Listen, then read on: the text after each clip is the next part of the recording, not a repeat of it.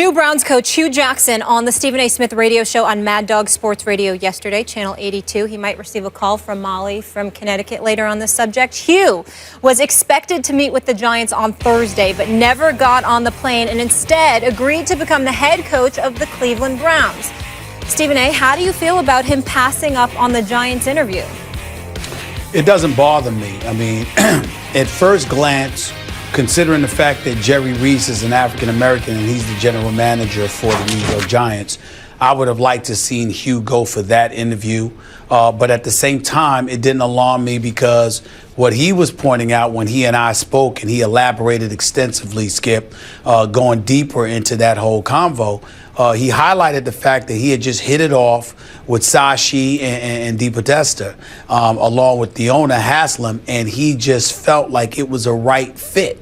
So why go through the process when you know in your heart of hearts that that is where you really, really want it to be? And so when we look at it from that perspective, particularly when we take into account the Rooney Rule, well, the Rooney Rule is not something to just be exercised by teams. It's also something that if we really want the rule to be what we want it to be, we want it to be two parts. A, we want the interviews to actually be very, very legitimate as opposed to just walking through the motions to satisfy stipulations invoked by the Rooney Rule. But on the other hand, you also want those coaches to recognize when an interview is serious and when it's not, and more importantly, what they're most comfortable with. And if they're comfortable in a situation where they don't want to go through the process, I think that helps the Rooney Rule's existence. Because what you're saying is, well, you know what? I found something. I'm good with it. See what happens when you treat us fairly. See what happens when we have a serious interview. We could potentially kick it off and there could be something magnetic here and we can go with it. Well, I don't know whether Mike Tomlin had other interviews at the time when he was being interviewed by the Pittsburgh Steelers, but it was clear that once he spoke to them and they spoke to him, he was their guy. They wanted him. And he absolutely loved the opportunity to be a member of the Pittsburgh Steelers. I don't see anything wrong with that. It's almost like, you know, whether, and don't get me wrong, Skip, I wouldn't take it this far because I certainly exercise my right to vote, just like people exercise whatever rights that they may have as it pertains to affirmative action and other things. But in the end, what you're fighting for is fairness. Fair and equitability under the same system, applicable to everybody. That's what you're looking for. And when you don't have that, you want to fight tooth and nail for the fairness. But as long as fairness is exercised, then at the end of the day, you've gotten what you've accomplished. And that's what this comes down to. If you're for Hugh Jackson and you hit it off with Cleveland, I personally would have preferred him being in New York as well, especially an African-American coach in the New York market. But he didn't care about that as much as he cared about being in the right place with the right people, and he felt wholeheartedly that Cleveland was it. And chances are he was right, because by all indications, the Giants have had their eyes on McAdoo, because who have they gotten rid of other than Coughlin? Yep, I got you. Okay, interesting thoughts. Let me go back to what I said yesterday to you. I thought it was a coup for the Cleveland Browns to hire Hugh Jackson. And I believe that this will turn into a great move for Hugh Jackson. I believe he made the right move because I have so much respect for the brain power of Sashi Brown and Paul DePodesta. And Hugh has high football IQ, and I think it just clicked in the first session that they sat down. And Hugh was like, man, this is it. This feels right to me.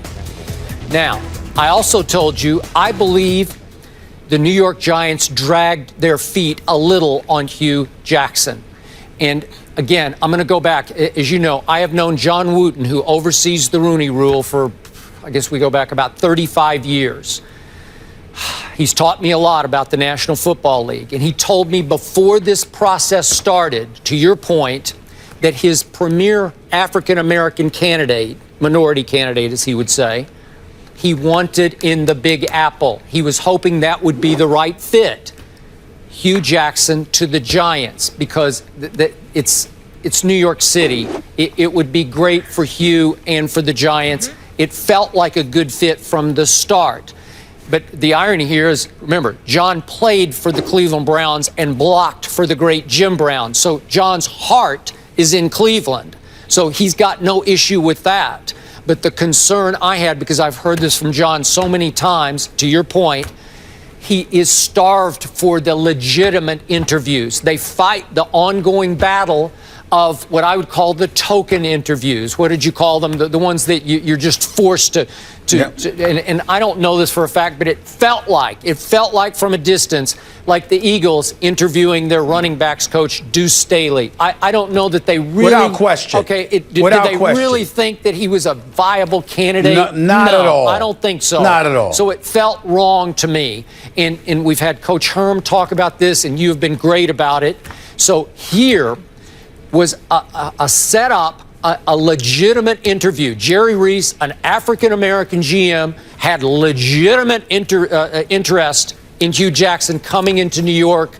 I guess it would have been the next day, right? The next day, Thursday, scheduled interview. It was about as legit as you could get, I think. Maybe, I don't know. Maybe I'm missing the boat here. But it gives me a little pause to see him turn down such a legitimate interview. Now, again, I think he made the right choice. He also could have told Cleveland, hey, I just need to follow through with the process here for the good of African-American possible coaches everywhere. Just follow through with it. Go ahead and go. Even if your heart is now with the Browns, just follow through with the legit interview just to put it on the map. Create a little more publicity for African-American coaches everywhere. Your thoughts? Well, my thoughts are this. First of all, I'm glad you brought up John Wooten. We've had our differences in the past, obviously. I highly respect this man. He and I communicate via text on occasion. He's a good man. I respectfully disagree with him with some things. Most things, I absolutely agree with him. In this case, it's in the middle. I don't necessarily disagree with him, but I would beg for him to understand this. Hugh Jackson deciding to go to Cleveland, take into account one of the things that he articulated further on my show, Skip, was that he may end up also calling plays. He would hope that he doesn't have to if he can find the right guy.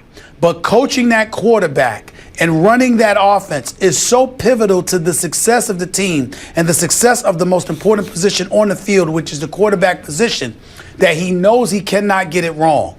It's what he's been doing primarily the last 2 years in Cincinnati.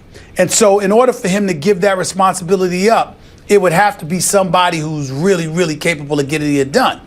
But he's also reluctant from this perspective. Or not reluctant, actually, because he understands, particularly if it's a minority, that that's the best way for them to have a shot at getting a job. Because when you work with the quarterback and you involve in calling plays and you're developing the quarterback, there's such a level of trust that comes with that from the head coach and from the hierarchy of an organization, a franchise, that the belief is now that you can really, really do the job. And what he was saying was that with minorities, it's almost necessary. With others, not so much, i.e. Joe Philbin, who was in Green Bay, was not calling plays, but somehow got the Miami Dolphins head coaching job. And so when he looked at it from that perspective, he's saying, okay, you got all of this stuff going on in New York, and that may be great. I don't know what it is, but I know what it is here. And by the way, as it pertains to Wooten, and you're talking about the New York market, yeah, Skip, but if there was ever a sport where the market per se didn't matter as much, it's the National Football League, because it is king. Yeah. It's so huge. Okay. It's so huge. I mean, unless you're for some moribund franchise that never wins and nobody pays any attention to it, by and large, more than 3/4 of the NFL teams are highly relevant.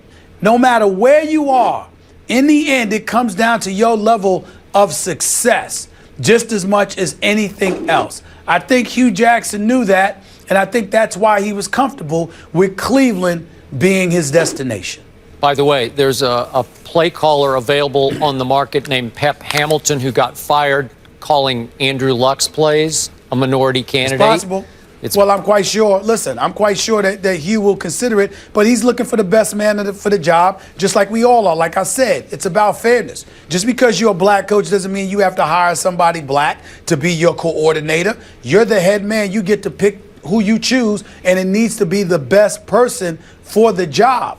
Unfortunately, what I'm talking about as it pertains to fairness on far too many occasions is not exercised by other folks. So if Hugh Jackson or Mike Tomlin or other coaches, not to say that they will do it, but if they chose to go the route of taking care of quote unquote their own, I dare somebody to speak up and have a problem with that, considering what's going on in the NFL and college football. I dare somebody to have a problem with that. They better not let me find out. I hear you. Last quick point. I know John Wooten will be extremely happy about this. Jim Caldwell retained as head coach in Detroit. And I know John was ready to pounce on that one because he believed Jim Caldwell had earned the right to have another shot next year with the new GM. And I will say to you on national television, I didn't feel that way at all until I got a text from John Wooten making a case for Jim Caldwell. When I saw that and I stepped back and I thought about it, I said, John Wooten is right about this. Yep. Jim Caldwell does deserve to stay. He did. It was an email I think you got, and it was lengthy and it was convincing. I got it also. Both of us got it. And Both of us got it. When I stepped back, I said, boy, he's got a case this time. He's got a case. I'm very happy that the new GM, he's got a case. From New England, Bob Quinn decided, okay, here we go. And also, I just want to mention, I find this interesting. Of the 6 head coaching vacancies, obviously only 1 filled by an African-American coach, but all 5 have been offensive-minded, and it appears Tennessee's also going to follow suit with an offensive-minded coach as well. Up next, we all can't wait for this one. Russell is trying to make his 3rd straight trip to the Super Bowl and can his first. Who will move on to the NFC Championship?